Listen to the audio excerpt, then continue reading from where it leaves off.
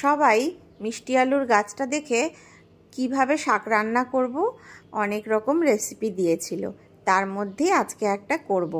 তাই ছাদ থেকে পাতা তুলে ভালো করে ধুয়ে কুচিয়ে নিলাম। এখানে একটু আলু বেগুনও কেটে নিয়েছি আর একটু রসুন কাঁচা লঙ্কা চিড়ে নিয়েছি। এবার কড়াইতে সর্ষের তেল গরম হতে বসিয়ে দিয়েছি। শুকনো লঙ্কা ফোড়ন দিয়ে তার মধ্যে দিয়ে দিলাম সামান্য পরিমাণে কালো জিরে, আর এর মধ্যে দিয়ে দিলাম 2-3 কোয়া থেতো করা রসুন।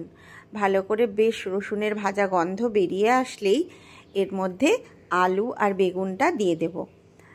আলু আর বেগুন একটু ভালো করেই ভাজা ভাজা করব। তো বন্ধুরা, আমার এই ভিডিওগুলো তোমরা অনেক ভালোবাসা দিয়েছো, তার জন্য তোমাদের সবাইকে অনেক অনেক ধন্যবাদ। তো আজকের এই রেসিপিটা আমি করছি। নেক্সট টাইম আমার বান্ধবী শ্রাবন্তী একটা বলেছে, তো ওরটাও আমি ট্রাই করব। আর আমার শাকটা কিন্তু খাওয়া হয়ে গেছে, দুর্দান্ত টেস্ট, ভালো লেগেছে ভীষণ খেতে।